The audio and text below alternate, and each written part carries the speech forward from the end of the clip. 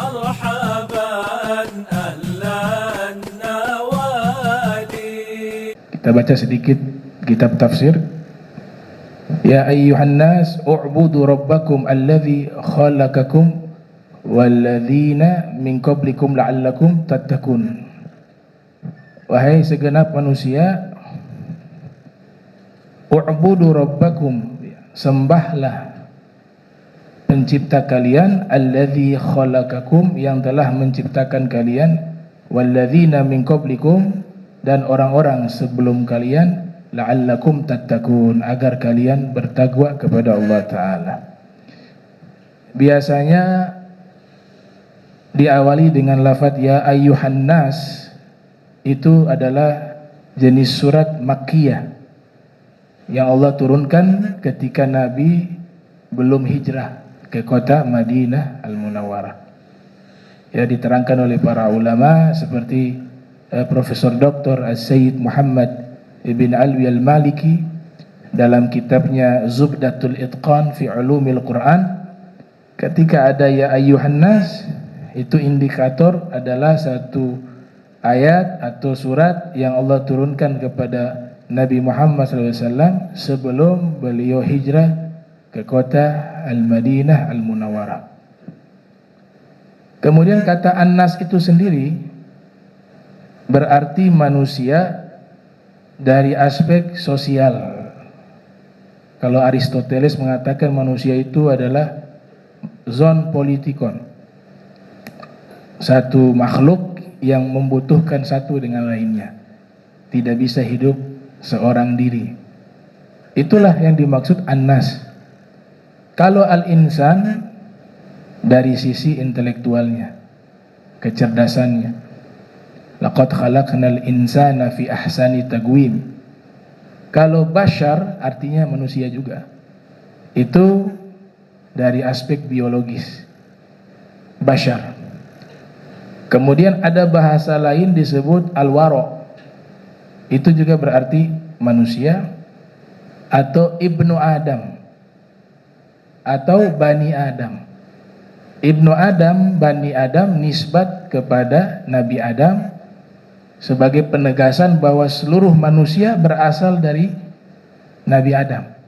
Makanya disebut dengan ibnu Adam, bani Adam, bukan ibnu Kirodah atau bani Kirodah, anak monyet, bani monyet.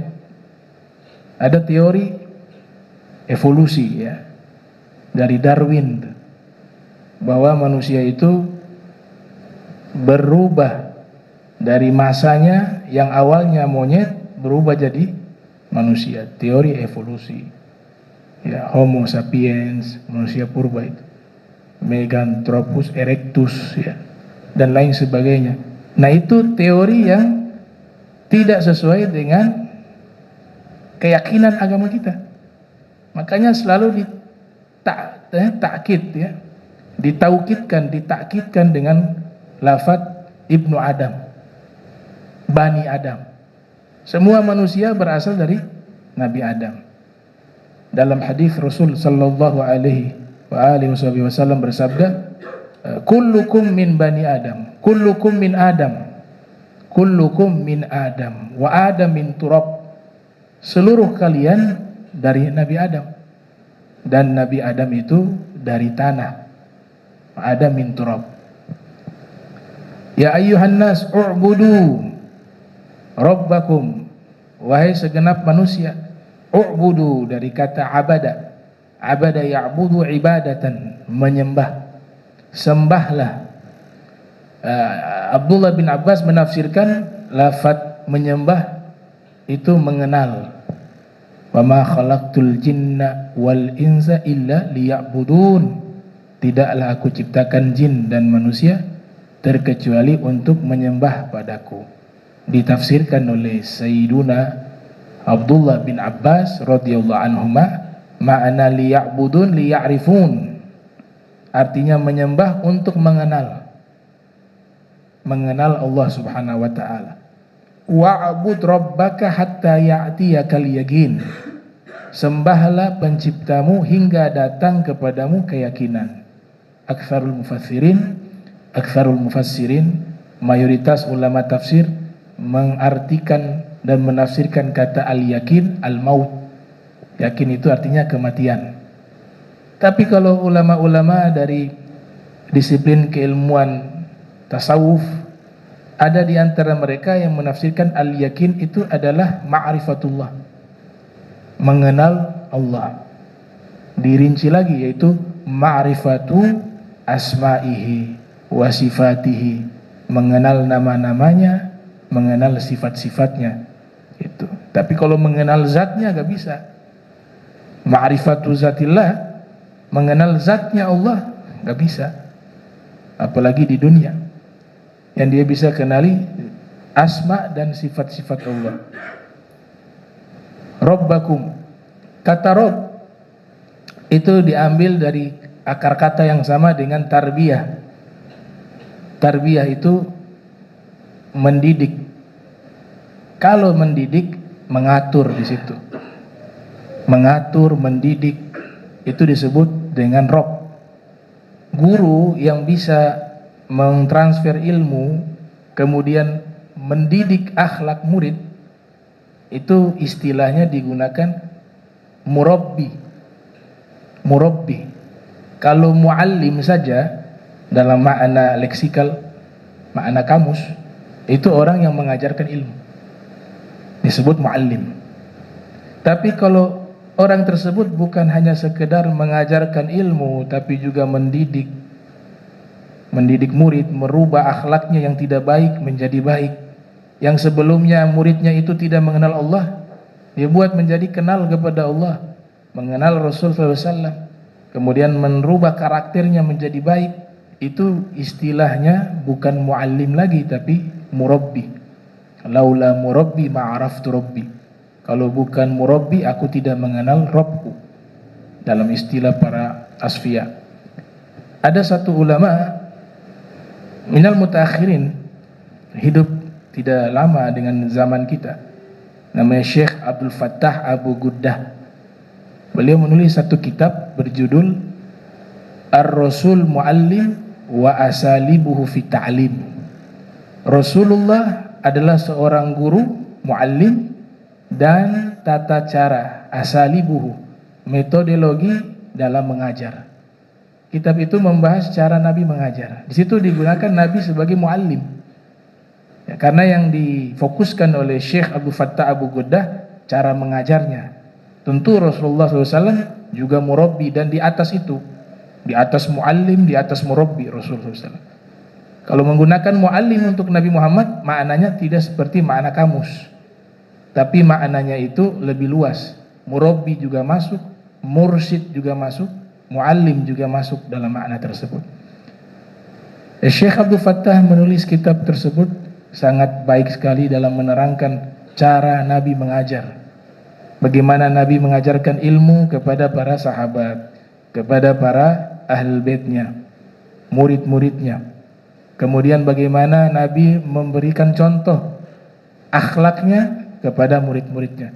Dibahas secara sistematis terkait masalah cara mengajarnya Nabi Muhammad sallallahu alaihi wa alihi wasallam. Itu karya Syekh Abdul Fattah Abu Guddah, Ar-Rasul Muallim wa Asalibuhu fi Ta'lim. Alladzi khalaqakum walladzina min qablikum la'allakum tattaqun.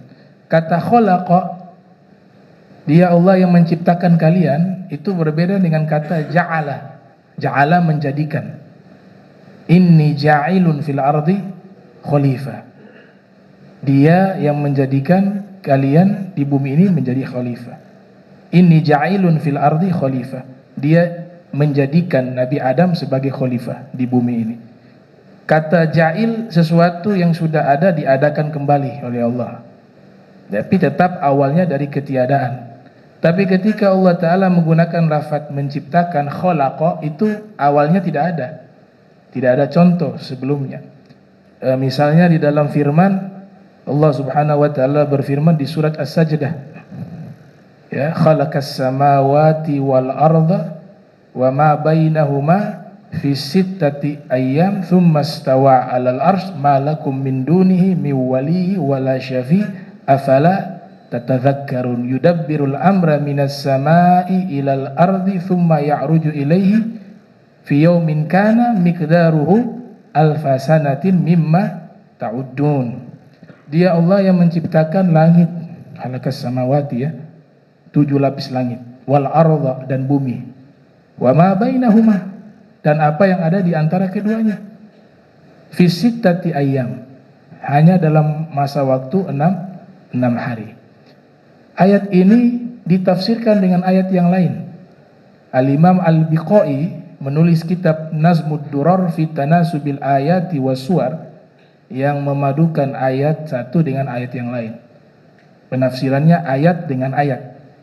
Beliau mengatakan penafsiran ini di ayat yang lain Allah sebut Allahu badi'us samawati wal ard. Allah badi'us samawati wal ard. Allah membid'ahkan langit dan bumi. Kata badi' dari kata bid'ah. Bid'ah itu sesuatu yang diadakan yang belum ada contoh sebelumnya.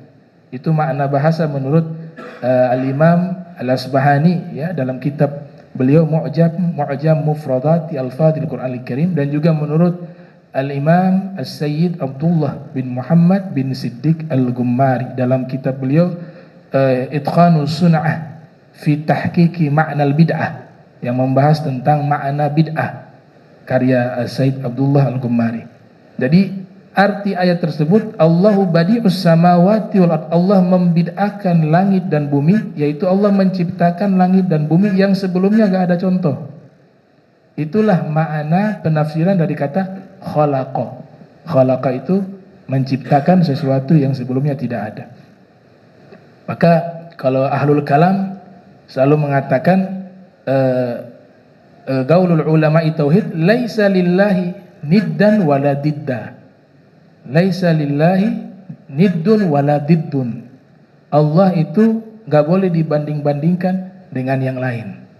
Maka lafaz menciptakan itu dinisbatkan hanya kepada Allah. Kalau yang lain makhluk membuat.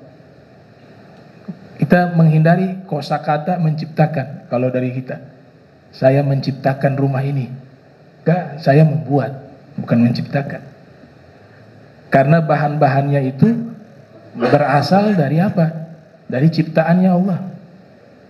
Kalau menciptakan, bahan-bahannya itu harus diciptakan juga dari ketiadaan jadi ada, dan itu makhluk tidak akan mungkin mampu melakukannya. Makanya selalu mengatakan, tidak pernah tuh saya dengar, ya jarang sekali orang secara tidak sadar mengucapkan kalimat, ini saya buat rumah ini kendaraan kami yang buat. Itu bahasa untuk makhluk benar. Tapi ketika inilah bangunan, inilah kami ciptakan, ini kendaraan kami ciptakan, ini buku kami ciptakan. Nah itu secara bahasa nanti bermasalah menurut ahlul kalam ya, ulama-ulama ahlul kalam. Tapi kalau nggak ada niatan ke situ ya orang awam. Tapi dalam kajian-kajian mendalam para ulama ahlul kalam, mereka menghindari ucapan menciptakan bagi manusia, bagi makhluk, karena menciptakan itu khusus untuk Allah. Makanya gak boleh ada makhluk namanya Al-Khaliq. Ada orang namanya Al-Khaliq, haram. Al-Khaliq ya, pakai alif lam lagi. Al-Khaliq, yang maha menciptakan. Mayoritas para ulama mengatakan gak boleh menamakan dengan nama tersebut kepada makhluk. Kenapa? Karena yang maha menciptakan itu hanya Allah, gak ada yang lain.